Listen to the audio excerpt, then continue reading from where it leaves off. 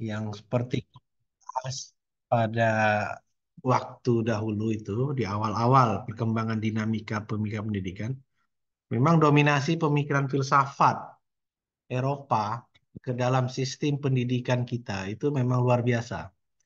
Apalagi Indonesia ketika pada masa penjajahan Belanda itu ya, bergerak ke Jepang, kemudian ada politik etis yang dilakukan oleh Belanda yang berdampak kepada penguatan pemikiran-pemikiran pendidikan modern yang justru juga berpengaruh kepada pola pendidikan di pesantren.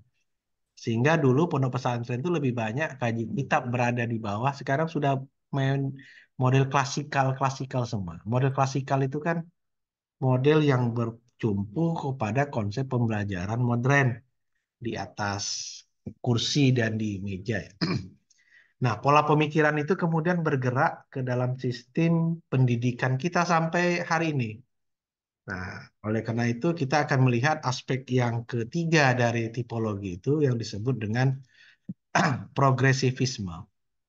Jadi kalau kita lihat tipologi-tipologi pemikiran pendidikan itu rata-rata memang eh, akarnya itu dari filsafat. Ya. Jadi kita akan mengkombinkan nanti beberapa model pemikiran yang sudah ada, perennialis dan segala macamnya, kemudian esensialis, kemudian hari ini progresivisme. Itu memang latar belakang inti dari pola pembinaan itu lebih banyak dari konsep pemikiran filsafatnya. Nah, jadi progresivisme itu suatu pandangan dalam dunia filsafat pendidikan yang menyatakan bahwa tujuan pendidikan sebagai rekonstruksi pengalaman yang terus-menerus agar peserta didik dapat berbuat sesuatu yang intelijen dan mampu mengadakan kembali sesuai dengan tuntutan dari lingkungan. Jadi intinya di sini progresivisme itu ingin bergerak maju dari hasil pengalaman-pengalaman yang didapat oleh peserta didik. Nah, ini kan pengembangan dari teori empirisme bahwa pengalaman itu adalah guru yang terbaik. Mungkin pernah kita mendengar konsep yang seperti itu ya. Kalau di dalam istilah eh, pepatah itu ada yang katakan alam terkembang jadi guru. Nah, itu kan pengalaman. Tetapi bahasanya berbeda ketika di dalam konsep empirisme itu ada rekonstruksi. Apa rekonstruksi itu? Rekonstruksi itu kan membangun pengalaman-pengalaman belajar yang terpecah-pecah karena setiap manusia itu punya pengalaman masing-masing, baik di rumah, di sekolah, di lingkungan kerja, lingkungan apa. Itu yang dikumpulkan sehingga menjadi gerak ke dalam sistem model baru pembelajaran. Nah, ini yang disebut dengan progresif. Dia lebih gerak maju. Apa yang diprogresifkan? Nah, kita akan melihat nanti apakah gurunya, siswanya, metodenya, kurikulumnya. Nah, ini kita lihat di sini. Jadi ada 4 hal yang akan kita diskusikan hari ini. Sejarah munculnya, konsepnya seperti apa. Nah, ini ada the Child Center School. Jadi pembelajaran berbasis siswa. Kalau dulu kan ada kurikulum yang kita sebut CBSA ya. Tak tahu lah, mungkin bapak-bapak, ibu mungkin pernah mengalami itu tak? Cara belajar siswa aktif, itu kan? Bukan dipelesetkan menjadi catat buku sampai habis. Ya kan? Nah ini jadi konsep itu child center school. Nah ini progresif itu menekankan titik kepada siswa. You mesti paham. Nah ini kemudian baru nanti tujuan pendidikannya arahnya kemana. Jadi sedikit saja, tapi poinnya akan memberikan dampak kepada cara kita memahami. Nah kita lihat di sini. Munculnya pemikiran progresivisme dalam dunia filsafat, kemudian masuk ke dalam sistem pendidikan. Jadi hebatnya dunia barat itu, ini yang saya katakan ya, bukan saya memuji apa. Mereka menggerakkan itu dari pola pikir dulu. Kita mau apa gitu. Setelah kita tahu kita mau apa, baru dituangkan dalam bentuk konkret. Ini yang akan kita bentuk. Ini yang akan kita buat. Ini yang kita buat. Jadi muncul pada zaman Renaissance abad ke-19 yang menghendaki adanya perubahan secara cepat pada peserta didik melalui praktek pendidikan menuju ke arah yang lebih positif. Dia ingin pendidikan itu harus sejalan dengan dinamika pengalaman tradisi yang dihadapkan orang. Nah, jadi kalau konsep progresisme itu kita manusia itu dipaksa, dalam tanda petik ya, dipaksa untuk memahami lingkungan yang berkembang lebih cepat hari ini itu apa. Jadi kalau seandainya lingkungan yang lebih cepat hari ini adalah teknologi, ya kita dipaksa untuk mengarah ke situ. Kalau perkembangan yang lebih cepat itu adalah persoalan bagaimana dinamika politik, nah pendidikan diarahkan untuk menguasai dunia politik yang lebih cepat. Nah, dengan itu seperti itu. Karena apa? Karena abad ke-19 itu dikenal dengan zaman dunia industri. Orang baru mengenal mesin, mengenal apa. Jadi adaptasi terhadap mesin, adaptasi terhadap cara belajar, itu menjadi fokus kajian progresivisme. Kalau dia tidak gerak, berarti maknanya apa? Manusia, misalnya sekarang kan 4.0 teknologi. Manusia tidak bisa 4.0, harus di atas itu, 5.0. Karena kalau manusianya masih 4.0 dan mesin teknologi 4, berarti kita ini standarnya standar mesin. Kita dikendalikan oleh mesin. Nah, oleh karena itu kualitas masyarakat harus di atas kualitas mesinnya. Supaya manusia yang bisa mengendalikan. Kalau tidak, kita akan dikendalikan. Makanya sekarang, kenapa muncul IA, intelligent artificial? Kita dikendalikan mesin hari ini loh. Teknologi lebih cepat daripada otak manusia. Nah, ini berdampak ketika mahasiswa membuat makalah. Makanya ada yang bingung buat makalah macam mana, macam mana. Buka IA, chat GPT, 10 menit, 500 halaman boleh buat. Tapi kan kopas semua isinya kan. Artinya apa? Mesin lebih cepat daripada otak kita. Nah, progresisme ini mengambil peran pendidikan harus lebih cepat daripada mesin itu. Nah, ini kan susah. Kenapa? Karena zaman itu seperti itu.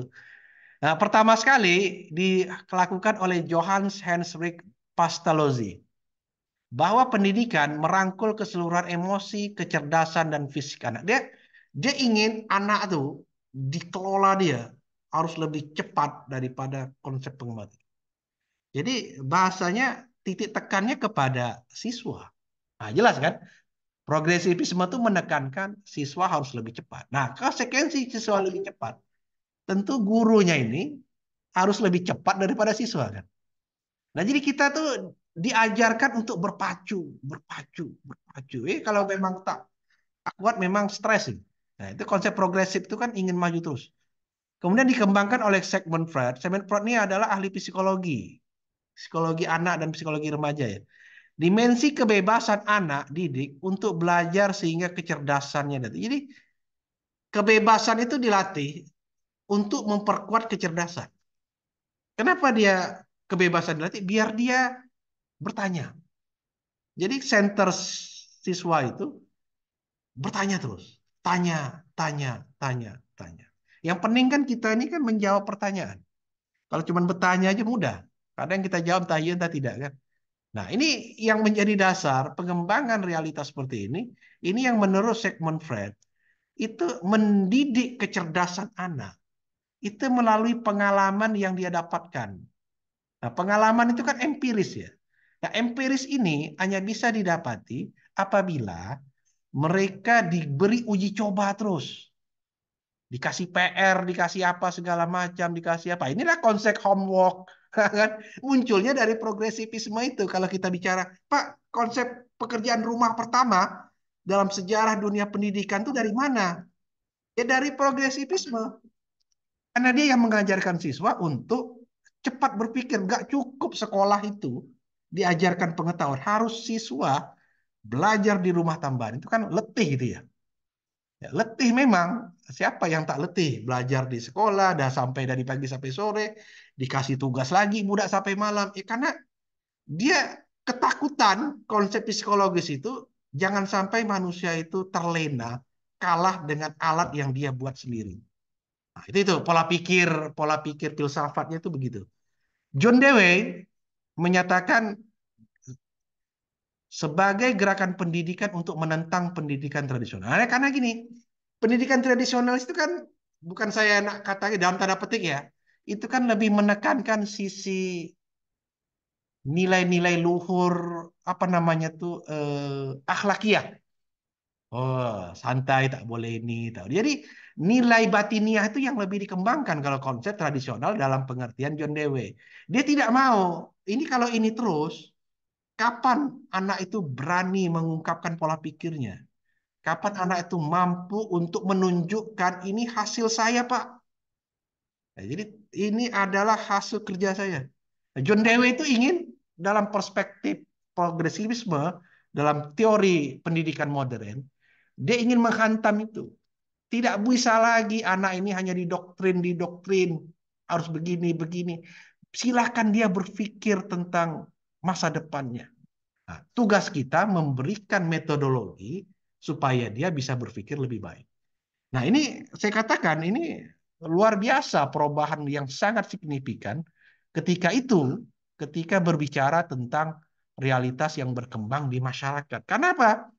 Karena mereka bertiga ini khawatir. eh, Banyak ketika itu orang gagap teknologi. Mesin uap ditemukan oleh James Watt. Itu kan merubah pandangan yang luar biasa. Mesin kereta api, mesin listrik, dan segala macamnya. Sehingga banyak orang yang kebingungan. Loh ini macam mana nih? Biasanya kita berjalan itu dari satu tempat ke tempat yang lain. Paling tinggi naik sepeda, paling tinggi jalan kaki itu bisa 2 hari. Tapi ketika mesin uap ditemukan, bisa dalam jangka waktu 3 jam, 4 jam. Wah, ini bahaya ini. Nah, itu orang dulu cuma pakai apa namanya tuh kendaraan binatang seperti kuda, lembu, unta. Abad masuk ke 18-19 itu sudah mulai mesin bergerak. Nah, ini yang ditakutkan oleh John Dewey. Orang masih berpikir, contoh lah, mohon maaf lah. Dalam kriteria fikih kita, banyak fitri patriarkal kita, hitungannya itu adalah maswalah untuk musafir misalkan. Berapa hari? Sekarang nggak bisa lagi. Orang bisa dalam 1 hari ke 10 negara, 5 negara, 4 negara. Dari pagi sampai sore. Hari ini kita ke Singapura, Singapura ke Thailand, dari Singapura ke Kuala Lumpur naik pesawat, ke Thailand, sore lagi ke mana? Jakarta, malam bisa balik lagi ke Tanjung Pinang. Lewat Batam. Lewat Batam pakai apa? Naik speed. Nah, pola ini yang disebut dia dalam konteks ini itulah pola tradisional itu, kriteria ukuran itu memberikan dampak kepada pola kemajuan cara berpikir ketika diletakkan dalam dunia pendidikan hari ini. Nah, ini abad 19 orang sudah berpikir begitu loh. Ya, itu pemikiran ini kan pemikiran sekuler ini. Kalau saya katakan ini sekuler murni karena filsafat itu kan sekuler murni ya, dia punya full reason ya. Tapi kita bukan berpikir dia sekuler, dia apa. Tapi kita harus memahami memang pola pikir filsafat itu melebihi batas kualitas yang kita sangkakan. Kadang-kala ada benarnya juga, ya kan? Kemudian konsep progresif itu artinya eh, bergerak maju. Jadi perubahan secara sistematis untuk bergerak maju. Nah, bergerak pasti maju, tak akan kalau mundur berarti ke belakang kan, maju ke depan. Manusia memiliki kemampuan untuk mengembangkan dan menyempurnakan lingkungannya dengan menerapkan kecerdasan. Nah, ternyata pola pikir IA, intelektual apa artificial intelligence itu sebenarnya dalam sejarah itu sudah dikembangkan lebih jauh oleh konsep progresif ini. Nah, sekarang mulai diterapkan dalam konsep seperti itu. Jadi, kecerdasan manusia itu dipindahkan ke dalam konsep kecerdasan mesin. Nah, itu bayangkan. Karena apa? Karena otak manusia ternyata tidak bisa lebih cepat. Ada masanya kita letih untuk berpikir, tapi mesin nggak bisa letih. Paling dia panas, kasih pendingin, sejuk, jalan lagi. Nah, jadi memindahkan pola pikir manusia ke pola pikir mesin itu sudah ada. Pemikiran itu sejak abad ke-19, 1800-an. Sudah mulai muncul. Walaupun dikembangkan pertemuannya tahun 2023, 2024 ini, 2000-an. Nah itu saya katakan pola pikir filsafat itu lebih cepat berpikirnya 200 tahun ke depan daripada apa yang kita sangkakan hari ini. Nah, ini sejarahnya begitu. Manusia memiliki cara atau metode ilmiah untuk menyelesaikan masalah yang timbul dalam kehidupan sosial. Jadi metode ilmiah itu kan sistematis, terinci, terukur, akurat, akuntabel dan segala macamnya. Itu uji coba terus. Nah ini yang saya katakan. Jadi pendidikan sebagai upaya untuk merekonstruksi pengalaman untuk perubahan yang positif. Jadi masing-masing kita kan punya pengalaman ya.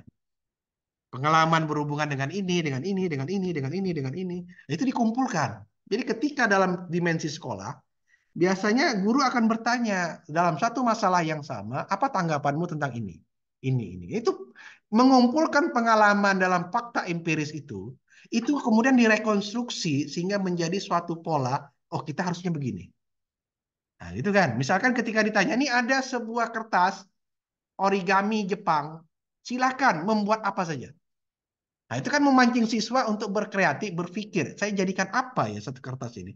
Oh, ada yang jadikan burung, ada yang jadikan ketupat, ada yang jadikan gambar, ada yang jadikan apa. Nah, akhirnya dikumpulkan pengalaman itu, dipertanyakan, kenapa dengan kertas ini Anda berpikir tentang burung? Apa sebabnya? Anda berpikir tentang ketupat, Anda berpikir tentang gambar, berpikir tentang matahari, berpikir tentang laut, berpikir tentang daun. Nah, bisa tidak kita combine-kan ini semua menjadi sebuah ide besar bahwa inilah tujuan kita bergerak hari ini. Nah, jadi kemampuan guru itu sebetulnya diasah dalam realitas progresivisme itu ya seperti itu. Enak kerjanya merekonstruksi pengalaman anak didik, kemudian kita arahkan pola pikir itu menjadi sesuatu yang baru.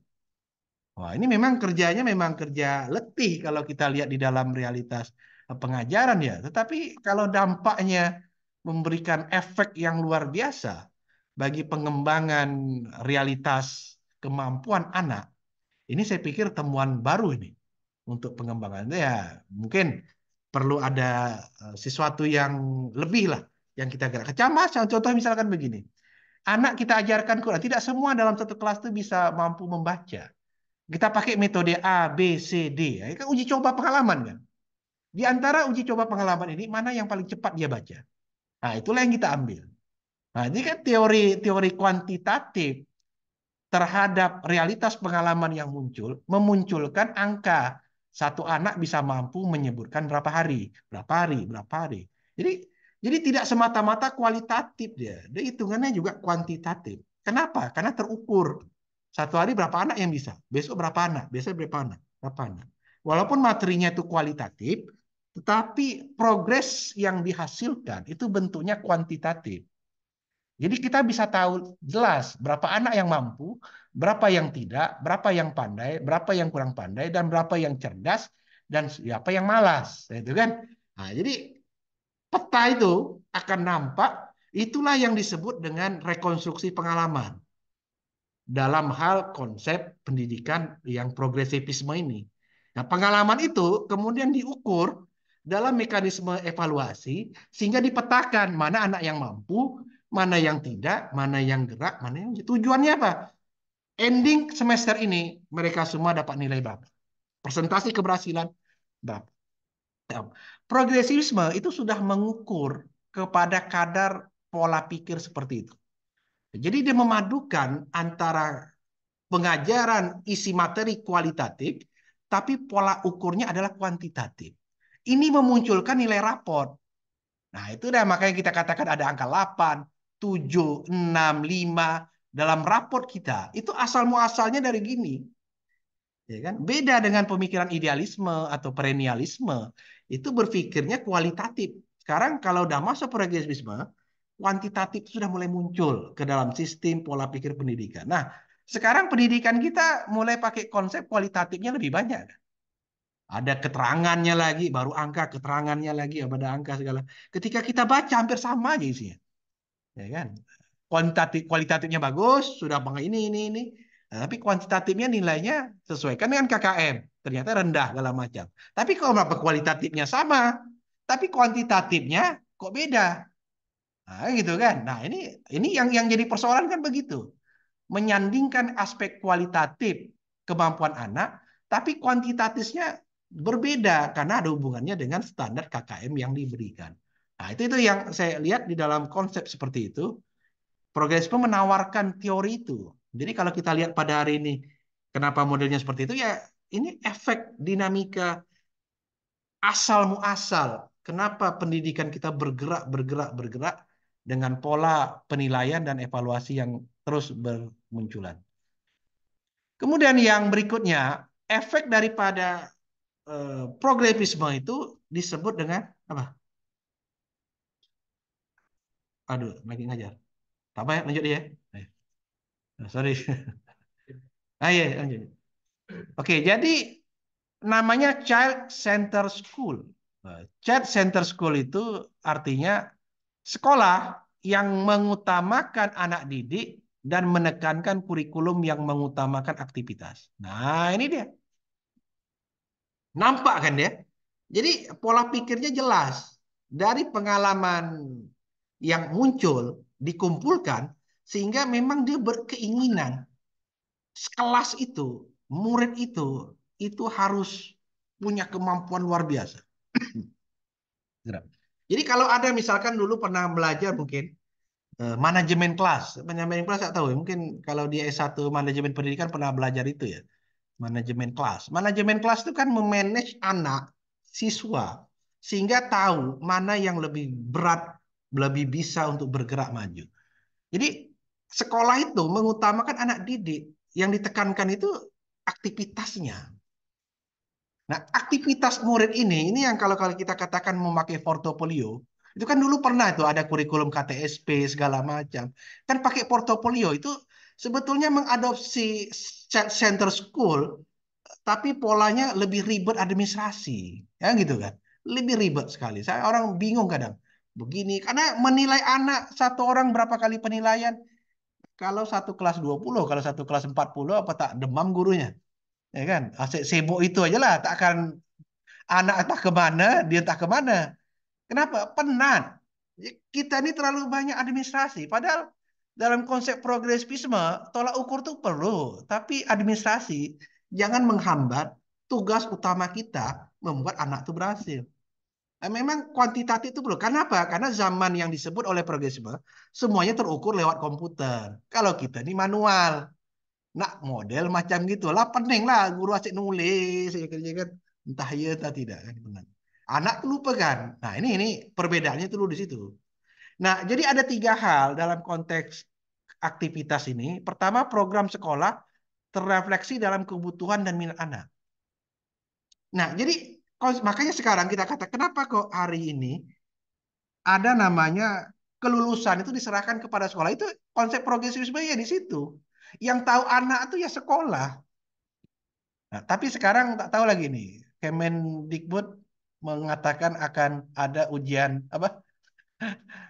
Ujian sekolah lagi ya. Nah, itu kan masih wacana atau apa segala macam. Jadi kebutuhan anak kan beda masing sekolah kan. Nah, ini sebetulnya dulu kita sudah merangkum hari ini ya sebelum ada yang baru sudah merangkum konsep progresivisme dengan chat sensus. Yang kedua, guru dan murid merencanakan kegiatan belajar bersama. Nah, ini dia. Kalau ini sebetulnya ini sama juga dengan kuliah.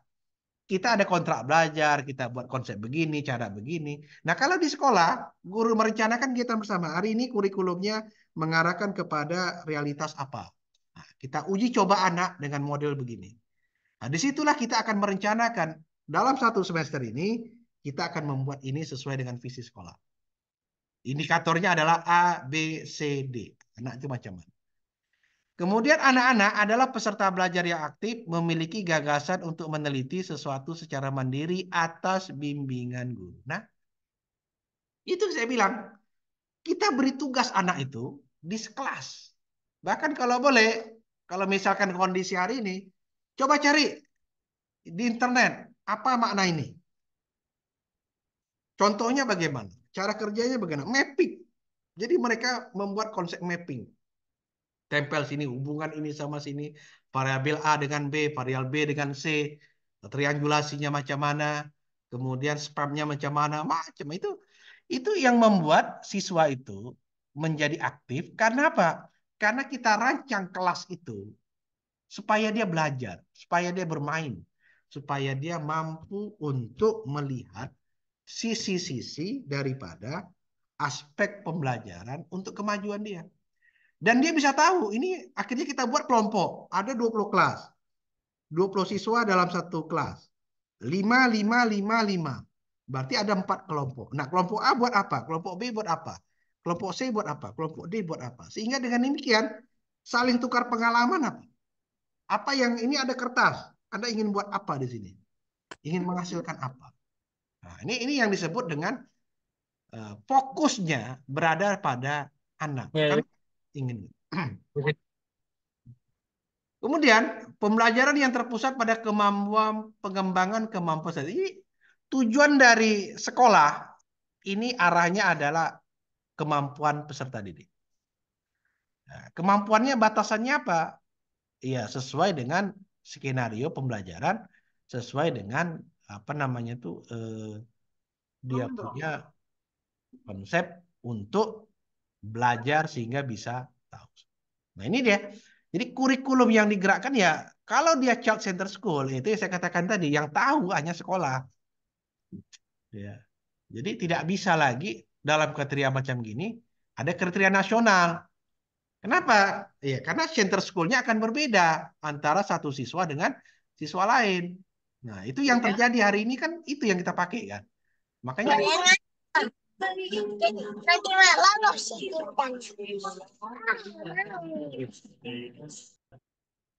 oh iya, ada iklan lewat tadi. Nah, jadi saya pikir kondisinya begitu. Hari ini kita sudah berbicara tentang persoalan eh, kemampuan siswa mau jadi apa. Jadi akhirnya apa? Tingkat kreativitas sekolah itu akan nampak.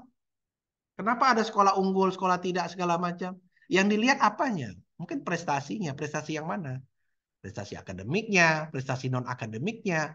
Bisa saja sekolah itu biasa-biasa saja. Nilainya standar aja KKM 8,2, 8,9, 8,6. Tapi kualitas yang dikembangkannya ternyata ada faktor yang lain. Apa itu?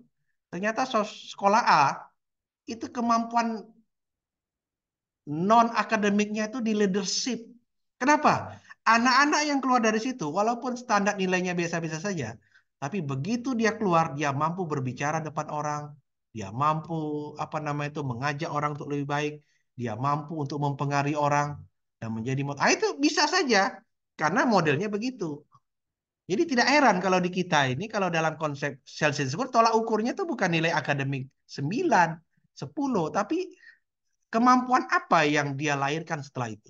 Bisa saja nilainya biasa-biasa saja 6, 7, 8. Tetapi dia punya kemampuan ketika megang internet, megang IT, seolah-olah mesin itu tangan itu, macam komputer itu di tangan dia aja. Bisa aja seperti itu. Kenapa? Berdasarkan minat bakat yang muncul. Jadi titik tekannya tidak bisa. Anak-anak tidak bisa mengetahui atau memahami semua mata pelajaran. Macam kita lagi nih hari ini. Kita mata kuliah banyak. Apa semuanya tuh kita dapat nilai tinggi belum tahu juga.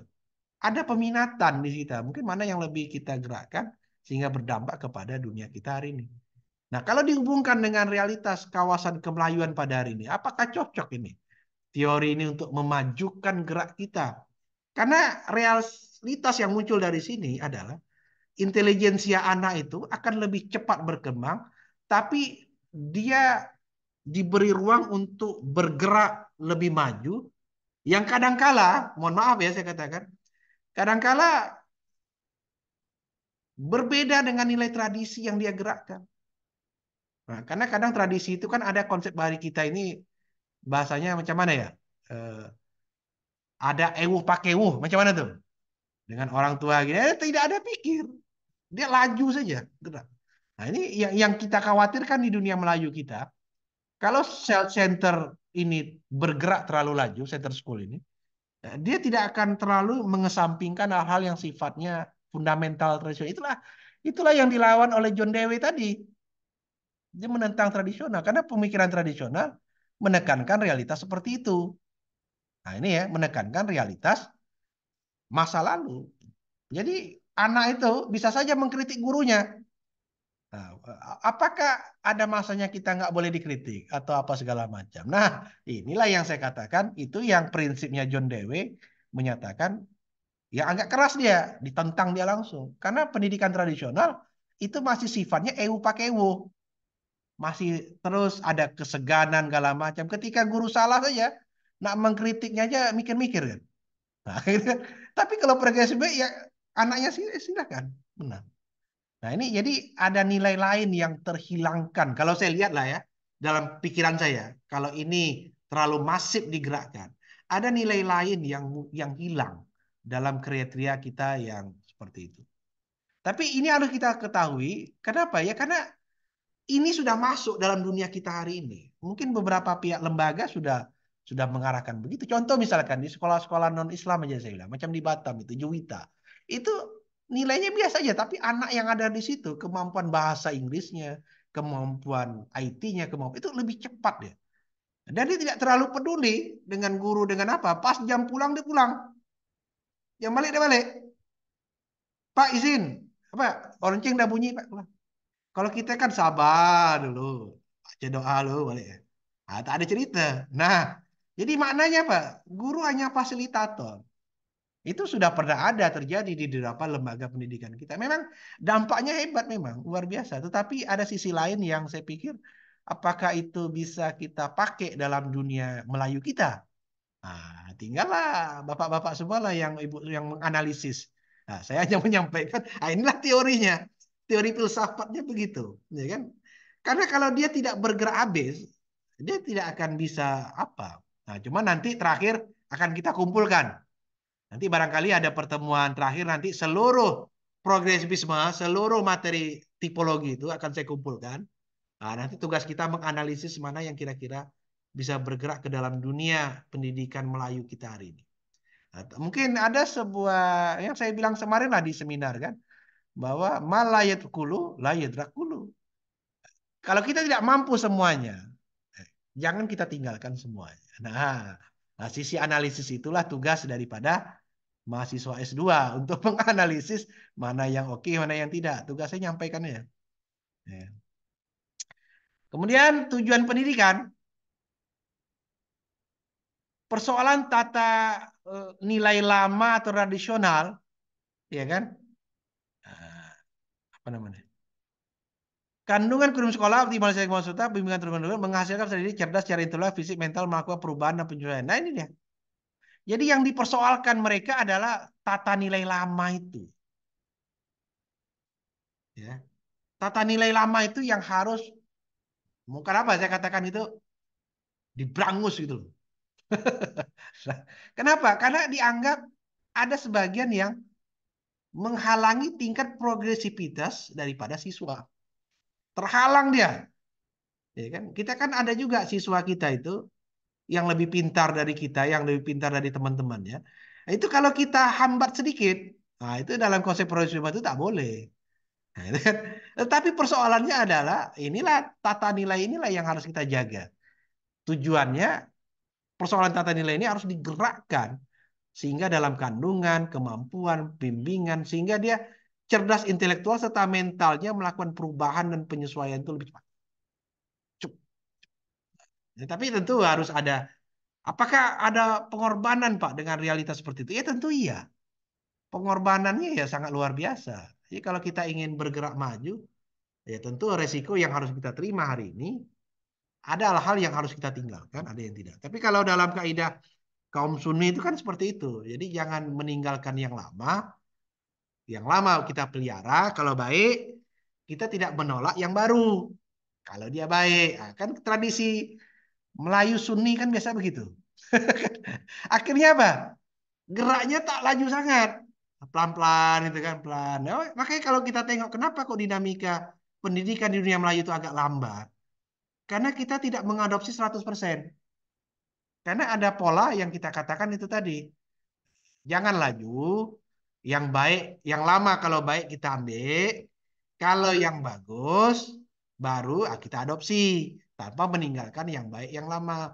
Nah, tapi kalau sifatnya progresivisme, potong habis, potong kompas. You tak mau, berarti menghalangi visi kita. Selesaikan. Nah, jadi akhirnya apa? Tingkat gerakannya itu lebih masif ketika dia berbicara tentang pengembangan dunia pendidikan. Nah, perubahannya begitu. Pak, pak, pak. Makanya tidak heran, contohnya misalkan lah, saya katakan contoh ya misalkan. Ini kalau ada salah saya minta maaf. Ada lembaga pendidikan kita yang sifatnya keagamaan, itu yang masih mempertahankan nilai tradisional lama. Dan itu dianggap bagian dari syariat misalkan. Kenapa? Karena dia ingin jangan sampai ini hilang. Nah, contohnya ada yang memakai ya entah kaum salafi dan segala macam harus ini. Nah, Ini apa namanya dikatakan sebagai bagian daripada nilai kehidupan sehingga dipakai. Nah, ini kan juga memberikan dampak kepada cara pandang orang untuk mendidik anak itu menjadi apa. Kenapa ya? Karena memang visinya mengarahkan kepada realitas seperti itu, ya kan? Sama juga nanti wisuda Stein kemarin banyak juga yang minta tak boleh Pak ditampilkan wajah kami Pak, katanya. Yang ada kosong saja Pak, katanya. Lah macam mana ini saya bilang? Ini ajaran dari mana nih? Macam mana kita nak nampilkan orang wisuda kok mukanya nggak ada? Saya bilang. Nah ini lagi kita bahas nanti ini. Ada beberapa mahasiswa itu lapor. Tak mau Pak, guru kami tak kasih Pak. Kenapa tak kasih? Eh, karena tak boleh Pak. Lah nanti ijazah macam mana? Itu internal Pak. Lah, coba saya bilang, macam masa gambar wisuda tak ada gambar orang? Ngapa? Karena dianggap ini macam-macam. Jadi pening kita. Jadi saya bilang ini ajaran macam mana ini saya bilang. Tapi aturan kurikulum menyatakan ya kalau ini hanya untuk ini ya silakan saja nama saja. Nanti foto Anda nggak perlu kita pasang. Tapi kalau dalam ijazah nggak ada foto, macam mana saya bilang? Mana bisa saya tanda tangan? Dipersoalkan. Nah, ini hal-hal yang demikian sederhana, tetapi dampaknya ke dalam sistem pendidikan kita ini menjadi sesuatu yang berbeda. Itu yang disebut dengan yang disebut dengan nilai tradisional itu seperti itu. Bukan dia usang, tapi dia tradisi. Pemahaman agama yang dijadikan bagian dari tradisi dan menyatu dalam kurikulum yang sudah ada. Nah, itu yang saya sebut tadi. Jadi ketika dia bergerak ke dalam sistem pendidikan kemodernan, ini yang dihadapi oleh John Dewey tadi, ditentang di habis. Ya kan? Kenapa? Ya karena agak sulit untuk progresivisme. Nah, seperti itu kata dia. Ya, karena dia melihatnya ada nilai-nilai yang harus kita hilangkan, kita ganti dengan yang baru. Tapi kalau dalam konsep kaum Melayu kan ada konsep itu tadi ya, al-muhafazatul itu tadi, menjaga. Menjaga kalau ini bagus, jangan kita buang, tapi kita pelihara. Kalau ada yang baru, kita ambil, kita adopsi, kita sesuaikan. Nah, gitu kan. Akhirnya apa memang? Makanya kalau Bapak-bapak Ibu lihat, kenapa kok sistem pendidikan di daerah kita Melayu itu lambat majunya? Karena kita tidak berani melawan arus itu, menggerakkan. Jangankan di STAIN saja saya perlu waktu 6 tahun meyakinkan dosen bahwa kita perlu pembelajaran yang lebih cepat kepada ini. Walaupun saya kena hantam habis-habisan, apalah saya bilang. Tapi dampaknya hari ini kan udah bagus. Udah mulai girah itu udah mulai nampak. Ya perjuangan begitu. Ya itu seperti itu. Jadi penyesuaian kehidupan sosial menghasilkan siswa yang cerdas fisik ini salah satu kalau dalam tantangannya progresivisme itu tantangannya di sini yang saya klik ini tadi persoalan tata nilai ini yang dihantam di habis karena progresivisme ini dia bahasanya begini ya ketika kereta itu lewat kereta api ya ini saya katakan ya macam kereta api itu nggak ada lampu lalu lintas di situ apa yang di depan itu dihantam deh kalau ganggu lewat lewat yang penting kami boleh sampai. Nah, tak bisa kalau kereta api ya begitu. Makanya kalau kita tengok dalam berita kenapa kereta api sering nubruk segala macam, ya karena dia tak peduli itu jalan saya. Sedangkan ada mobil yang melintas ya, awak yang berhenti, jalan kereta api suruh berhenti. Nah, ini ya. Nah, ini kondisi macam gini. Akhirnya apa? Mau tidak mau, kalau kita memberhentikan kereta api untuk mobil lewat, jalan ini pasti akan lambat. Satu-satunya cara apa? Tabrak saja. Pam, gitu kan. Nah, ini yang kadang-kala tidak disetujui oleh beberapa analis pendidikan sehingga dia menyatakan bahwa kalau negeri sekuler itu bisa saja karena pola pikirnya pola pikir rasionalitas murni, purism, akal murni. Kalau kita ada nilai tradisi ini, Hah? ya, Gak usah. halo, Nanti gak usah. ya, halo, oh, ada iklan lagi lewat. Ya, memang kalau kalau Zoom nih memang banyak iklannya tuh, sama dengan YouTube kan. Apa-apa. Nah, jadi itulah yang saya katakan tadi, konsep pendidikan itu menghasilkan sebuah perubahan untuk penyesuaian itu harus ada yang berani kita kikis. yang tidak sesuai dengan pola perkembangan dalam teori filsafatnya ya gitu ya. Ini saya katakan dalam teori filsafatnya begitu. Jadi pola barat itu mengarahkan pola pikir filsafatnya diperkuat, baru dia memasukkan ke dalam sistem peraturan dan ketika masuk di pendidikan, makanya pendidikan barat itu rata-rata itu sifatnya putuskan apa yang sudah lo putuskan, nggak ada lagi ingat. Kalau ingin buat generasi baru, ya sudah, yang lama tak usah diingatkan lagi, bangun yang baru. Nah, kalau kita nggak bisa, al-muhafazah itu menjaganya itu yang membuat langgengnya kehidupan di daerah Melayu sehingga masih kita melihat pada hari ini. Ya seperti itu loh, ya kan? Tapi kalau Anda tengok macam teman-teman di Johor, dia tak terlalu itu sangat. Kita sibuk nak pakai baju Melayu, dia tak peduli sangat. Kenapa? Karena kata dia itu kan dah ada dalam identitas kata dia. Tak perlu nak nonjol sangat. Kalau kita kan kalau boleh nak rapi sangat. Nah, macam-macam gitu. Jadi pola pemikiran itu di daerah-daerah tertentu itu sudah mulai berangsur-angsur itu berbeda dari satu tempat ke tempat yang lain. Nah, ini yang saya katakan bahwa dimensi-dimensi kita ini, ya kalau ingin melihat tatanan lama itu terus bergerak, ya satu-satunya cara kita kritisi. Tatanan lama yang hari ini bisa membuat orang tidak cepat untuk bergerak ke perubahan, ya kita kritisi. Nah, resikonya mengkritisi suatu tatanan lama, suatu tradisi yang sudah hidup, kita akan berhadapan sama tokoh-tokoh. Kita akan berhadapan sama orang yang tidak senang itu. Kita akan berhadapan dengan mereka yang kadangkala menyatakan bahwa itu pemikiran yang menghantam, menghabisi suatu siswa kita mau dibawa kemana? Mau apanya? Ya, ini kalau kita nggak kuat ya habis. Nah, seperti itu kan.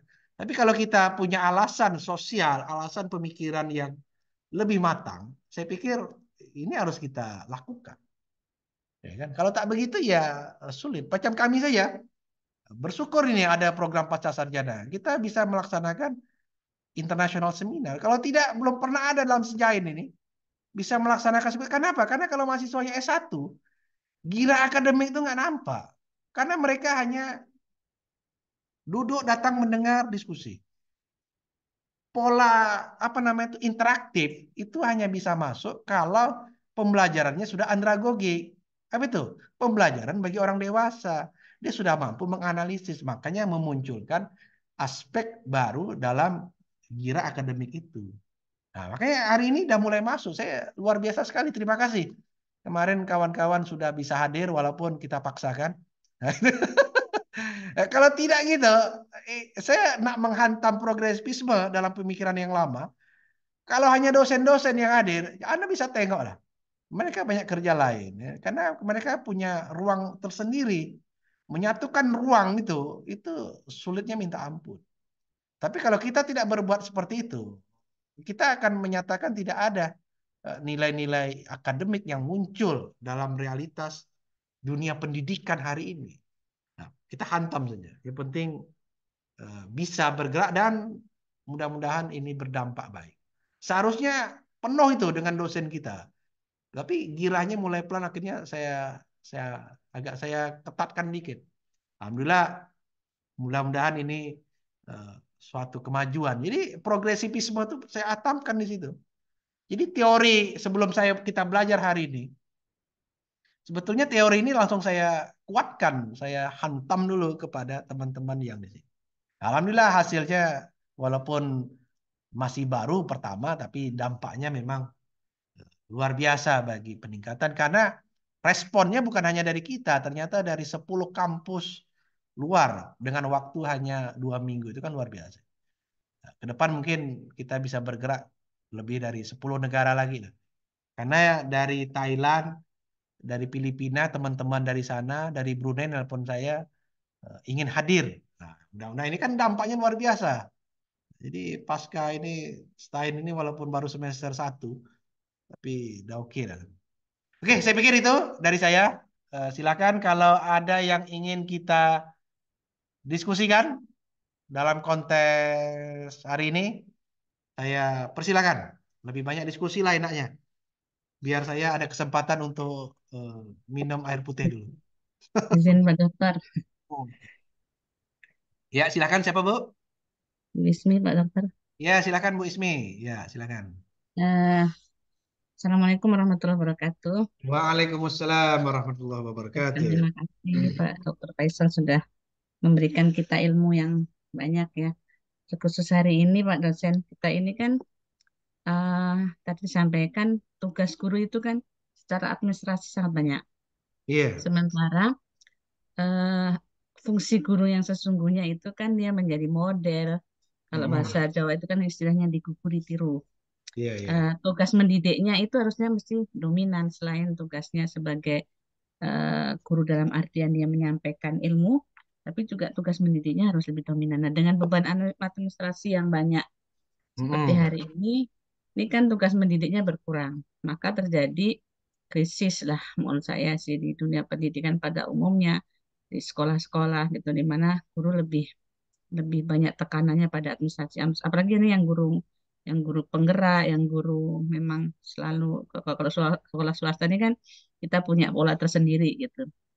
Nah, Mm-mm. menyikapi ini apa sumbangan kita kepada pemerintah untuk bisa memberikan masukan dan kalau saya sangat berharap kalau pola ini nanti diperbaiki gitu. Jadi tugas mendidiknya memang harus lebih kuat. Kita masih ingat zaman dulu ketika guru tuh dari sisi cara nulisnya aja udah sudah bisa dilihat gitu ya bahwa ini Iya. tulisan seorang guru atau bukan. Eh, Artinya bahwa seorang guru mesti punya kepribadian sebagai seorang guru karena dia tugas mendidiknya lebih dominan. Itu mungkin pertanyaan saya, Pak Dokter. Iya. Mudah-mudahan dapat pencerahan. Terima kasih. Assalamualaikum warahmatullahi wabarakatuh. Waalaikumsalam warahmatullahi wabarakatuh. Ya, silakan lagi Bu, siapa? Saya Pak ya, Ya, Bu Lela. ya Pak, makasih. Oke. Alhamdulillah, Assalamualaikum warahmatullahi wabarakatuh. Salam. Alhamdulillah, banyak sekali yang kami dapatkan ya Pak. Betul-betul penyegaran. Nah, jadi ini Pak yang mau saya tanyakan. Yang pertama, ketika kita bicara tentang konsep konstruktif tadi Pak, Progresif, eh, Bu. konstruktif tadi Pak. Oh, konstruktif. Ya, iya, iya. eh, Berarti anak belajar Nah, berdasarkan pengalaman. Berarti iya, ini menyanggah bahwa anak itu adalah sehelai kertas putih, seperti kertas putih. Nah, iya. selama lalu menganggap bahwa anak itu kertas kosong, kertas putih gitu. Nah, ketika kita menggunakan teori ini berarti anak itu memang sudah berfungsi gitu ya. Sehingga guru juga mengubah konsepnya juga, jangan hanya menjejali anak ini dengan eh, teritori lain yang teritori melulu gitu kan. Iya. Tapi membangun lagi mereka sudah punya pengalaman. Nah, yang kedua, Pak, tadi kan bicara nilai nih. Mm-mm. Ada siswa yang nilainya biasa-biasa aja tapi memiliki kualitas yang luar biasa. Nah, Mm. kita kan nih, Pak, saya di sekolah negeri dan saya juga yang mata pelajaran yang saya ampu adalah matematika. Namun Mm. di pelajaran PAI kita menemukan nilai anak-anak kita yang agama Islam, nilai agama, anak Islam ini 70-an. Iya. Sementara agama Buddha, agama Kristen itu nilainya 90-an. Nah, kadang saya suka nyeletuk juga nih. Ini mungkin salah atau gimana. Saya bilang anak kita tuh udah jelas agamanya benar, bersyahadat. Dia sholat, walaupun mungkin rukun Islam dia tuh tak bisa nyebutkan. Ah. Apabila saya bilang nilai yang lebih, jangan sampai gara-gara nilai agama, nilai anak kita tuh direndah. Jadi kan Terima kasih, Bude.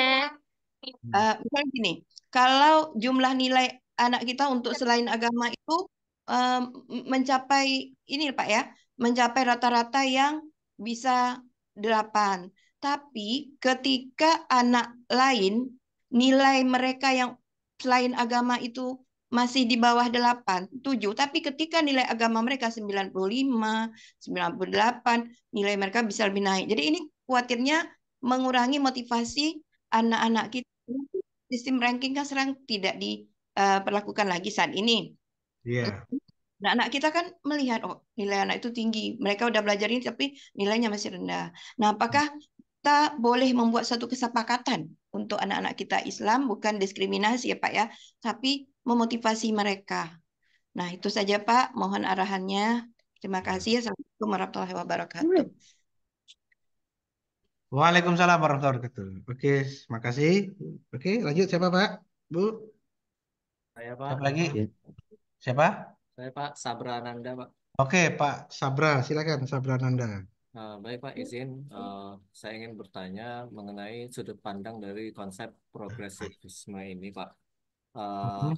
Secara sederhana kan pengertiannya bergerak maju. Tadi Bapak juga sudah contohkan Pak ya dengan kita kita pakai pakaian Melayu ya, kawan-kawan dari yang lain menganggap itu nggak biasa aja gitu. Iya. Nah, jadi eh, bergerak maju atau mundur ini itu Iya. dari sudut pandang siapa? Misalnya bisa jadi kalau misalnya eh, untuk kalau dilihat kepala dinas kebudayaan misalnya kan berarti berarti maju budaya kita nih, kita kita mampu memajukan budaya. Nah, tapi kalau dilihat dari sudut pandang barat lain lagi begitu. Jadi Iya. yang saya mau tanya itu Pak, eh, sudut pandang dari bergerak maju ini. Karena gini Pak, saya mau kaitkan dengan perkataan dari Imam Malik bin Anas Pak ya, yang mengatakan tidak akan bagus akhir umat ini kecuali dengan cara yang telah membuat bagus umat sebelumnya gitu. Iya. Jadi apakah kita sekarang ini malah bergerak mundur gitu? Karena kalau mau maju menurut perkataan Imam Malik ini kan harusnya kita kembali dengan Mhm. sistem yang lama itu gitu. Baik itu Pak, pertanyaan dari saya Pak. Mhm. Oke, mantap. Lanjut, ada lagi barangkali? Silakan. Kita tampung saya semua Pak, nih. saya Ya. lagi Pak, Muhammad Siapa? Yunus, Pak. Oke, Muhammad Yunus. Pak Yunus, silakan Pak. Ya baik, terima kasih Pak Dokter. Ya, siap. Saya langsung ke slide yang terkait tentang Child Center School, Pak. Ini ya, oke. Eh, ya, jadi di sini kan ada sekolah mengutamakan anak didik dan menekankan kurikulum yang mengutamakan aktivitas.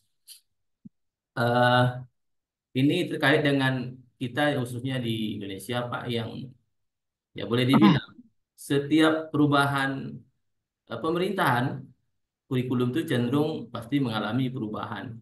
Iya. Yang terbaru itu kurikulum Merdeka baru dianukan secara menyeluruh di tingkatan sekolah.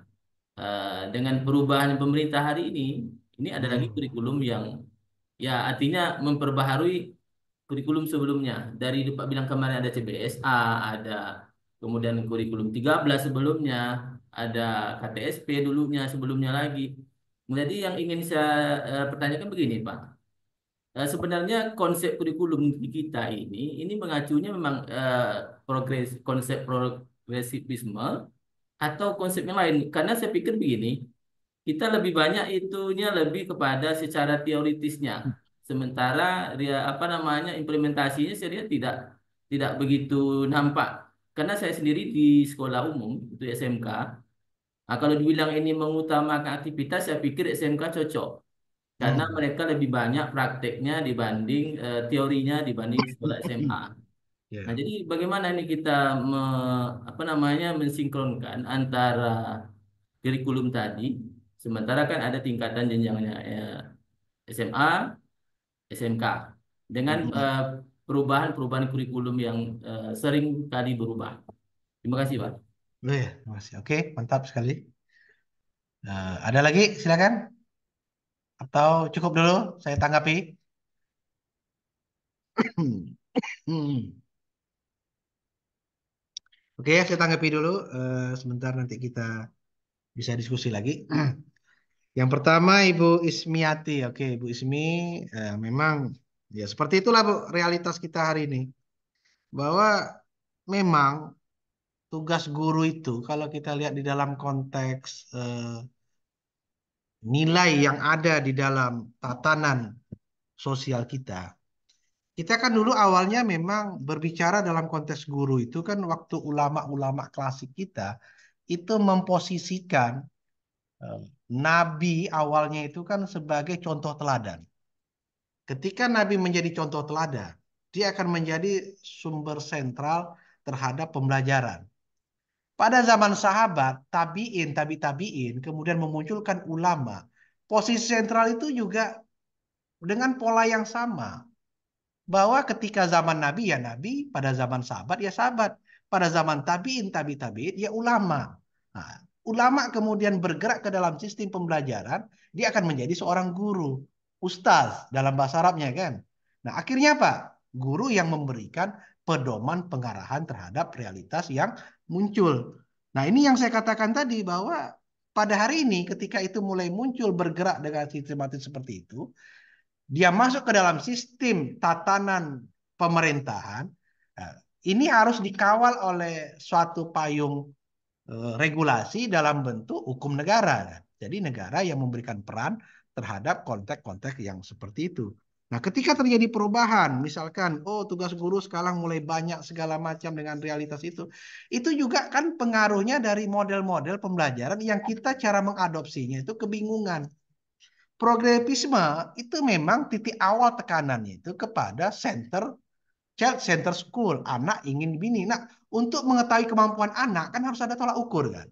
Tolak ukur itulah bentuknya evaluasi, ada penilaian A, B, C. Nah, oleh kita penilaian A, B, C, D, F, G itu kepada masing-masing anak diformalkan, ya, diformalkan dalam bentuk laporan, portofolio. Nah, untuk menjadi kriteria kenaikan pangkat. Nah, efeknya apa? Kita keletihan jadinya. Nah, progresisme John Dewey tidak menekankan formalitas itu. Cukup hanya guru yang tahu gitu. Gitu kan. Nah, Indonesia nggak bisa macam gitu. Semuanya diformalitaskan. Nah, jadi yang itu yang saya pikir hari ini itu dampaknya memang dari awal begini, Bu. Saya katakan kenapa kok dulu ada penelitian tentang administrasi guru? Administrasi guru tuh munculnya dari progresivisme. Gitu. Cuman bedanya dengan kita, formalitasnya itu. Akhirnya formalitas itu dibentukkan dalam peraturan pemerintah yang menyatakan harus A, B, C sebagai panduan untuk penilaian, gitu ya. Nah, panduan penilaian itu ketika masuk ke dalam level sekolah, penafsirannya kan beda-beda, apalagi dinas kan. Akhirnya harus begini, harus begini, harus begini, harus begini. Akhirnya, nah, jadi yang saya katakan apa perbedaan? Makanya saya katakan pentingnya kita ada namanya perbandingan pendidikan. Makanya seminar itu ada satu yang kurang. Itu kayaknya saya harus mengundang dari beberapa lembaga untuk memberikan informasi tentang model filsafatnya sama, Bu. Indonesia dengan Australia progresismenya sama. Cuman apa membedakannya kita? Formalitasnya, Bu. Kita ini terlalu formal. Semuanya tercatat rapi sampai kita tuh tak ada satu titik pun tinggal untuk menilai seorang anak.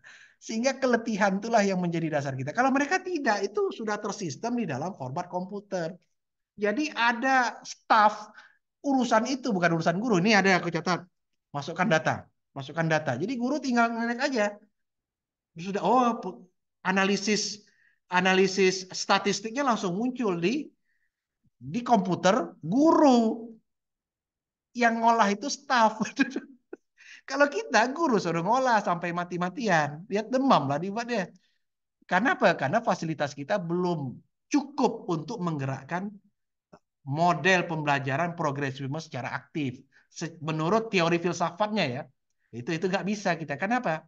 Ya, karena kemampuan anggaran kita terbatas. Guru di Australia, satu guru tuh ada satu komputer di mejanya.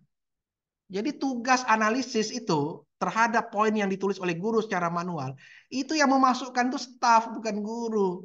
Guru udah masuk dalam komputer, dia sudah nampak angka itu. Dia tinggal memberikan rekomendasi. Besok akan saya ajarkan anak yang ini. Karena statistik komputer langsung muncul terhadap kualitas kecerdasan dan nilai anak. Kalau kita itu tugas guru. Nah, jadi itu Bu yang saya katakan terjadi perbedaan yang luar biasa dalam penerapan, bukan dalam filsafatnya. Kita udah bagus, formalitas itu karena tak mampu beli alat. Berapa banyaklah guru kita yang di mejanya punya komputer? Nggak ada. Lebih enak kredit mobil atau kredit rumah lebih banyak lagi kan daripada nak beli macam tuh. Australia satu guru dikasih satu komputer yang dilingkan langsung dalam sistem, dalam analisis. Kita nilai anak ini, kemampuan mengajarin dapat 9, dapat 6, dapat ini. Kita kan nulis manual aja kan. Hasil ini tuh tugas staf masukkan dalam komputer. Besok pagi aku udah tengok di komputer aku udah ada berapa jaraknya. Aman kan? Kalau kita tulis sendiri, manalah budak nih, apalah nama. Ada pening bawa ke rumah lagi, belum lagi listrik mati. Jadi kendala kita ini kendala teknis, bukan kendala tak mampu. Teknis, karena pendidikan itu mahal luar biasa. Makanya kalau di Eropa, itu anak itu, kalau kita anak kuliah, Bu, ada saya kemarin, di Malaysia saja, waktu saya kuliah, itu saya uang jaminan saya 5.000 untuk bayar itu. Kalau kita mana ada kuliah pakai jaminan? Bayar pakai dia jaminan dulu. Jadi maknanya memang kemampuan daya serap ekonomi kita belum sanggup untuk menerapkan pola pikir filsafat progresif itu secara totalitas. Hanya baru-baru sedikit saja. Karena dampak dukungannya itu luar biasa. Jadi kalau Jen Dewey menyatakan dia menentang pendidikan, dia sudah menyiapkan alat. Dia sudah menyiapkan fasilitas. Ini yang harus Anda lakukan. Jadi dia berpikir langsung geraknya muncul. Kalau kita berpikir dulu, besok lagi lah, nanti rapat kita bila tamase kan. Nah itu efeknya di situ. Kemudian efeknya yang kedua begini, guru dulu orang boleh melihat lah kata Bu Ismiati bilang orang dari tulisan guru aja udah nampak cantik. Sekarang Bu kemampuan penulisan itu sudah diambil alih oleh AI, intelijen. Apa? Tengok aja komputer. Banyak tulisan lebih cantik pada tulisan guru, tinggal klik-klik aja. Siswa melihat kondisi itu. Ternyata akhirnya apa? Kita jarang menulis lagi. Yang ditulis dalam komputer atau Word atau apa namanya? Sistem Word itu kan banyak tuh, berapa ratus tulisan yang kita boleh lihat di situ. Ya kan? Jadi maknanya apa? Macam ini tulisan ini bisa besar, bisa kecil, bisa bisa buat mereng, bisa buat tegak segala macam. Bisa macam model macam gini. Ini kan rekayasa komputer. Ini berlaku juga hari ini di sekolah-sekolah di luar negeri dah tak bermain lagi guru menulis. Dia sudah melihat di dalam konteks seperti itu. Jadi ada perubahan-perubahan besar yang kita lakukan dengan kondisi yang seperti itu. Jadi tanggapan saya kepada Ibu Ismi yaitu saja. Memang secara filosofisnya kita benar, tapi secara teknisnya membuat kita kelelahan. Karena perangkat administrasinya kita nggak siap. Ya, perangkat administrasi. Ya, menilai siswa satu-satu itu capeknya luar biasa. Kita masuk kelas, kita sudah catat segala macam, tapi nak memindahkan data itu ke dalam data komputer, itu kan harus kerja ulang lagi. Capeknya luar biasa. Padahal itu seharusnya kalau di kemarin saya ke Queensland University, itu tugas staf itu memasukkan data. Nanti analisis komputer tuh yang menentukan bahwa anak ini dengan kualitas seperti ini nilainya sekian, sekian, sekian. Nah, tugas guru menganalisis hasil rakupan komputer ini yang akan kita pisahkan ke sini, pisahkan ke sini. Jadi dia lebih nyaman, lebih enak dan lebih enjoy. Nah, itu belum mampu kalau saya katakan belum mampu. Jadi kalau kita ingin menggerakkan hari ini kan pendidikan kita lebih banyak untuk menguatkan fisik supaya anak bisa sekolah aja dah hebat lah tuh. Dah punya ruang kelasnya dah hebat. Dia tak bocor, kemudian dia tak lari, itu dah hebat itu. Tambah lagi ada program Indonesia Pintar, dia mau sekolah. Dan nak macam mana lagi? Macam gitu kan. Itu ya tuh. Jadi yang dilakukan oleh pemerintah hari ini itu kan adalah upaya. Karena yang dipikirkan memang realitas pendidikan kita ini fasilitas. Ya kan? Sangat minim. Kalau di Eropa, orang tidak berpikir seperti itu lagi. Anda masuk sekolah itu tujuannya untuk apa? Tak sekolah pun tak apa-apa. Karena ada homeschooling. Homeschooling itu yang memberikan dampak bisa gini. Dia sukanya musik. Ngapain harus sekolah formal? Masuk aja sekolah musik. Nanti ikut paket C. Nanti yang penting ada ijazah selesai. Kemudian bergerak. Kalau kita kan tidak. Anak-anak itu kalau bisa kita giring ke formal. Kenapa? Kalau dia tidak giring ke sekolah formal, dia tak akan mau sekolah. Jadi mentalitas kita itu belum terlatih untuk mengarahkan dia bekerja setelah kuliah sekolah. Kau nak jadi apa? Kau nak jadi apa? Nak kerja apa? Akhirnya apa? Pola pikir itu hanya bisa kalau ada center school itu tadi. Jadi child center school itu yang memetakan nanti nak tamat nak jadi apa? Nak jadi guru semua kan, nak jadi pegawai? Nak jadi apa? Nak jadi apa? Jadi peluang itu diciptakan. Kemudian Ibu Laila tentang konsep kertas kosong. Memang John Dewey itu konsepnya begitu, Bu. Artinya murid itu seperti kertas kosong, kita isi aja. Pengalaman mereka kita ambil untuk analisis, kita kembalikan ke mereka lagi, kemudian kita isi. Ditambah tadi ketika Ibu katakan, kesian anak PAI dapat nilainya 7, agama lain nilainya. Pertanyaan saya begini, indikator kualitatifnya apa mereka? Kan berbeda dengan agama kita. Apakah mereka harus menghafal atau mereka hanya menyanyi atau lagu? Nah, kalau mereka indikatornya, oh anak yang Kristen, dia pandai nyanyi, pandai gitar, lagu pujian, didengar cantik, 9 tuh pasti. Nah, kalau kita, oh dia sholat dia aja baca Al-Fatihah tak lurus. Nulisnya tak bisa. Indikator kualitatif kita lebih banyak, Bu, daripada mereka. Nah, ketika orang melihat hasil akhir dari sebuah nilai tanpa proses, resikonya apa? Dia katakan, anak PAI ini guru-guru kita ya susah. Hari ini pun saya bilang begini, tak ada masalah di kita. Belajar itu kan sepanjang hayat. Nilai tinggi. Kalau bisa saya katakan kepada mahasiswa saya, pernah tak kita mengadakan bimbingan belajar PAI? Yang ada bimbingan pelajar matematika, bimbingan belajar IPS, belajar komputer. Tidak ada bimbingan belajar PAI. Kenapa? Karena guru udah yakin anak ini pasti pandai nih. Kalau tidak nanti guru yang kena kan. Nah, belum tentu juga. Indikatornya apa dulu? Kognitifnya mana, psikomotoriknya mana, kemudian indikator apa namanya itu? eh, Psikomotornya mana, afektifnya, kemudian kognitifnya kan nampak itu.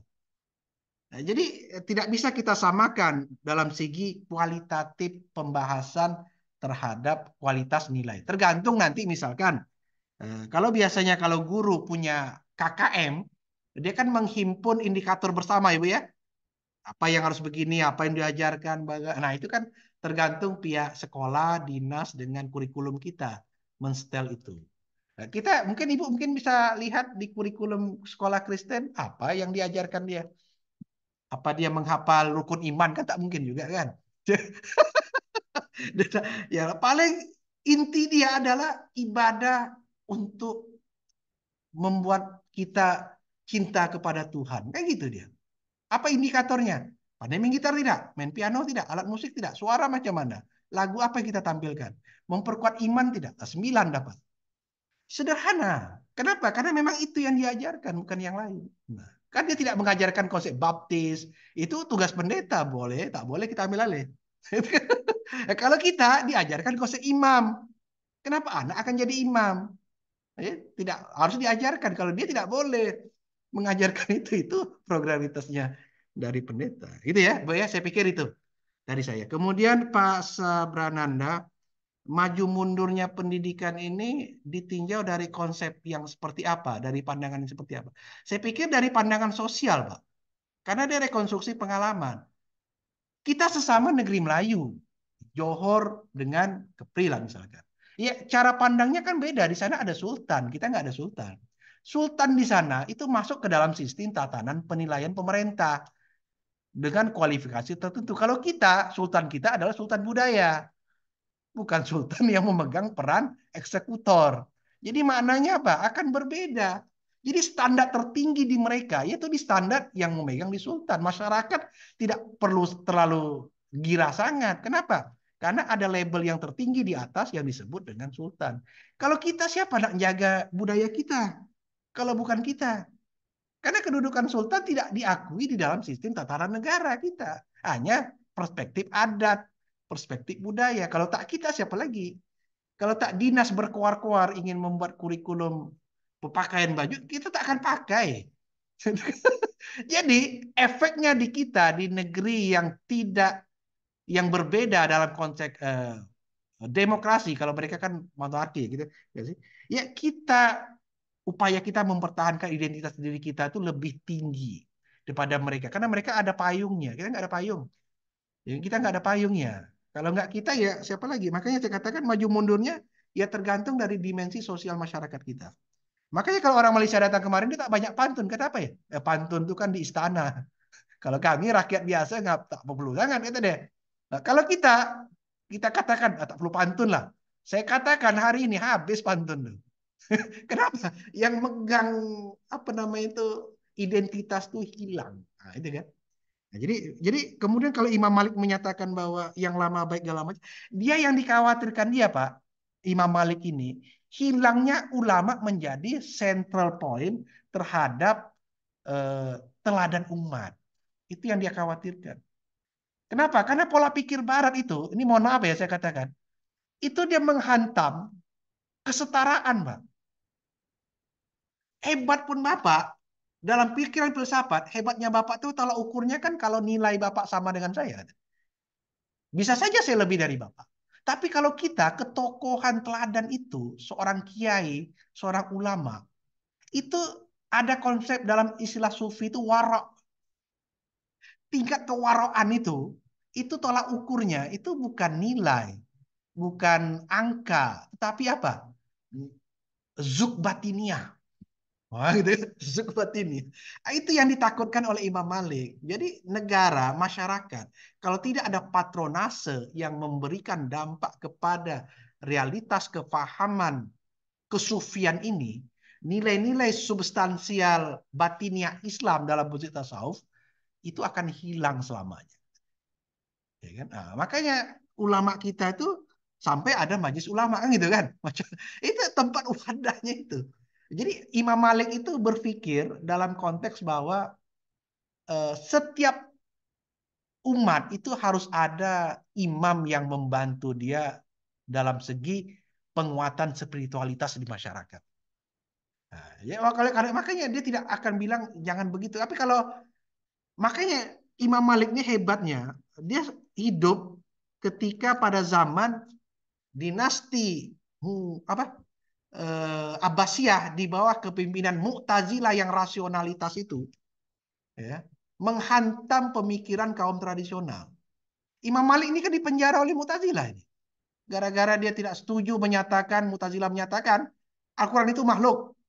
Imam Malik marah. Mana pula makhluk? Kenapa Mu'tazilah menyatakan makhluk? Karena dia berpikir di dunia ini, di manusia ada dua potensi yang diturunkan Tuhan oleh Tuhan kepada manusia. Apa itu? Pertama, potensi wahyu dari Allah kepada nabinya sebagai pedoman kita bergerak. Yang kedua, potensi akal tanpa turunan yang dimiliki oleh manusia sejak dia lahir. Posisi akal dengan wahyu oleh Mu'tazilah dianggap seimbang. Kalau dia seimbang, dia menyatakan ini ciptaan. Imam Malik marah. Kalau Anda menyatakan Al-Quran dengan otak manusia itu seimbang, berarti Anda bisa saja nanti pada masanya mengganti Al-Quran dengan otak Anda. Itu ngamuk Imam Malik. Inilah perannya ulama menghantam ini. Imam Malik dipenjara oleh Mu'tazilah. Ketika Imam Malik dipenjara, ya ngamuklah kaum Sunni. Kaum apa namanya pemikirannya Asy'ariyah. Dikumpulkan dia, terjadi peristiwa Mihnah, hantam pemikiran rasional Mu'tazilah yang mengarah ke filsafat. Munculnya Ahlussunnah wal Jamaah menghimpun ulama supaya jangan sampai ulama dihantam habis gara-gara proses seperti ini. Nah, itu logikanya begitu dalam konteks sejarahnya Imam Malik. Beliau mengarang kitab apa namanya Al-Muwatta. Imam Ahmad Al-Musnad, Imam Syafi'i apa? Al-Um.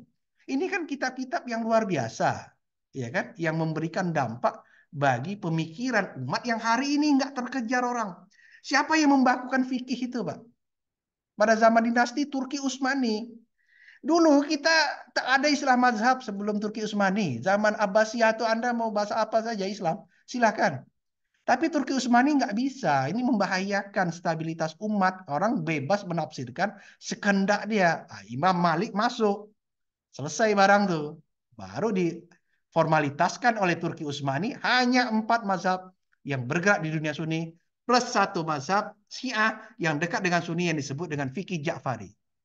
Nah, Imam Ja'far As-Siddiq yaitu silsilah ke-6 dari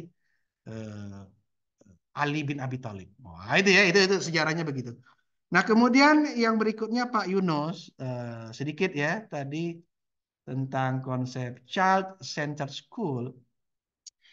Kurikulum kita ini sebenarnya arahnya dari mana dan apakah dalam konteks seperti ini yang dikembangkan apanya? Memang seperti itu, Pak.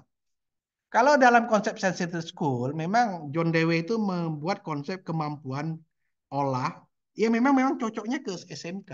Kenapa? Karena dimensi John Dewey itu satu, Pak. Orang sekolah tinggi-tinggi ujungnya nak cari kerja kata dia. Nah, kerja ketika itu zaman abad ke-19 pilihannya cuma satu, Pak. Apa itu? Industri. Industri apa? Mesin uap. Pokoknya industri perang, industri apa. Jadi yang diarahkan dia itu memang sekolah teknik dalam pikiran kita ya. Karena menggerakkan realitas seperti nah kalau di Indonesia mungkin yang Bapak bilang tadi kan SMK dan segala macam ya karena orientasi mereka maka ilmu sosial Pak di Eropa itu orang tak banyak belajar Pak. Baca kat rumah cukup kata dia. Kenapa? Karena ilmu sosial ini diskusinya lebih panjang daripada hasilnya. Macam ketiak ular panjang ujung-ujungnya tidur pula kan. Entah ya kesimpulan tak dapat segala macam. Kenapa? Ilmu sosial. Tapi daerah kita Pak, Melayu, yang laku itu ilmu sosial. Apa sebab? Karena kita suka bercakap. Tradisi lisan kita. Tradisi lisan kita dah terbangun sejak orang tua dengan pantun, gurindam, syair, menasihati orangnya dengan syair, dengan gurindam, dengan apa, bersembang. Nah ini ya. Akhirnya konsep bersembang itu Pak berkembang menjadi kedai kopi. Nah, itu. Nah, ya jadi memang itu saya bilang tadi chat center school seperti yang analisis Bapak udah bagus tuh, hebat tuh. Ya karena memang John Dewey itu berpikir anak ini nanti dia tamat nak jadi apa nih? Nak bercakap aja kok nak jadi orang atau nak kerja? Kerja itu teknis, dapat duit. Apa yang dikerjakan? Nah, makanya memang makanya pemerintah kita itu merangkul semuanya. Oh, pemerangan ini arahnya ke sini, ini arahnya ke sini. Nah, itu tadi. Ya, lebih banyak seperti itu. Makanya negara-negara maju, Pak. Ini mohon maaf saya katakan, jarang banyak ilmu sosial tuh berkembang di situ. Yang lebih banyak tuh ilmu teknik. Nah, sekarang kita ada program namanya vokasi. Saya kemarin rapat di Jakarta. Ini informasi terbaru barangkali. Eh, Sekarang perguruan tinggi agama akan membuka program vokasi, vokasi keagamaan. Apanya itu? Program halal, pariwisata syariah, nanti sampai ke pijit syariah lah macam-macam. Nanti yang pokoknya yang berhubungan dengan zakat, wakaf, manajemen pendidikan pengembang itu semuanya itu dihantam ke dalam sistem vokasi. Kenapa? Karena anak-anak kita itu tujuannya nanti kemandirian. Jadi saya pikir nilai seperti ini gara-gara si John Dewey punya kerja nih. Gara-gara progresivisme punya kerja. Kita, padahal mereka abad ke-19 ini, Pak. Abad ke-19 itu kan 1800 ya. Sekarang tahun 2000, berarti kita ketinggalan 200 tahun. Gara-gara kita baru merdeka 45 kan, baru bisa bergerak kurikulum 75 dan 80 SMK. Ya tak ada masalah lah, kita akan bergerak lebih cepat. Walaupun kita diketawakan orang sana lah. Misalnya gini kan, oh Indonesia ingin membuat yang seperti kata Bu Ismi dengan Bu Laila tadi, kondisinya adalah anak murid akan kita nilai gini, betul. Tapi kemampuan itu tak ada, besar pasak pada tiang, besar nafsu daripada semangat. Jadi maknanya yang penting manual dulu lah boleh. Akhirnya penat guru segala macam, mulailah dikasih penghargaan, sertifikasi segala macam itu kan. Nah, padahal orang dah taraf sertifikasi, Pak, nggak mikir itu lagi, Pak. Mikirnya apa? Mikirnya ya tentu dunia yang lebih tinggi lagi. Nah itu ya, bukan hanya guru, Pak, dosen pun macam itu juga. Sama gitu nih. Cuman bedanya kami itu masuk tak tiap hari, itu aja sedapnya. Nah, kadang seminggu cuma 4 kali. Hari Senin masuk jam 8, nanti jam 3 lagi masuk. Tapi kalau guru mana boleh jam 7 masuk, jam 4 balik. Iya betul. Nah itu yang dikritik oleh John Dewey dengan konsep tradisional itu, Pak. Tidak mesti sekolah itu belajar dari pagi sampai sore. Itu dia. Tapi ini kan bergeraknya ke dalam. Kenapa? Karena anak itu harus dilatih ke sistem yang lebih konkret dalam bentuk pengalaman dan pembelajaran di luar daripada di kelas. Tapi tak bisa anak-anak kita. Kenapa? Karena misalkan gini lah contoh. Di Singapura, waktu saya di Singapura, itu ke Nanyang University, kemudian ke beberapa sekolah Singapura. Itu nggak ada namanya pelajaran olahraga tuh nggak ada, Pak. Nggak ada masuk dalam kurikulum sekolah. Kenapa? Kalau anak ingin olahraga, dikasih hari Sabtu kosong, kau ambil kursus di sana, belajarlah berenang di sana, belajarlah hasil dari sertifikat kursus berenang membuktikan kau bisa berenang, masuk kasihkan ke sekolah, kami kasih nilai. Kalau kita semuanya masuk dalam kurikulum, mau seni ke, mau matematika ke, mau ini segala macam, dikumpulkan dari satu. Kenapa? Karena masyarakat tidak banyak berbuat seperti itu. Nah, kemarin saya bilang kemarin usulan ke kawan-kawan, kenapa kita tak buat macam itu? Pelajaran olahraga boleh, tapi ada hal khusus, berarti kita kasih dia kursus. Cuman bayar lagi, itu masalahnya. Tak mampu pula nak bayar. Kursus itu bukannya murah, nak kursus berenang kan, dekat Lagoy kat sana. Dapat sertifikat berenang, ada oke dah olahraga. Dapat sertifikat dia main bola, ada oke. Nah, kalau di Singapura begitu, Pak, dibebaskan. Hari Sabtu, you cari apa, olahraga apa, catat dulu. Hari ini belajar olahraga tapi cari kat luar ya. Mau poli ke, tenis meja, segala macam. Berapa lama bisa siap nih? 1 semester. Sertifikat dari lembaga itu, kau boleh main badminton dalam 1 semester dengan nilai berapa. Selesai. Guru tak payah ngajar pun. Penat kan? Nah, cuman kemampuan kita berbedaannya adalah karena melihat situasi daerah itu tak sama semua. Makanya di sekolah-sekolah dibuatlah lapangan-lapangan macam mana, macam ini. Nah, itulah yang saya katakan. Oke, saya pikir itu tanggapan dari saya, Bapak Ibu. Mudah-mudahan ada sedikit pencerahan lah ya. Mungkin ada yang ingin ditanggapi? Silakan. Ini kita sampai pukul berapa ya kira-kira? Masih ada waktu atau macam mana? Silakan.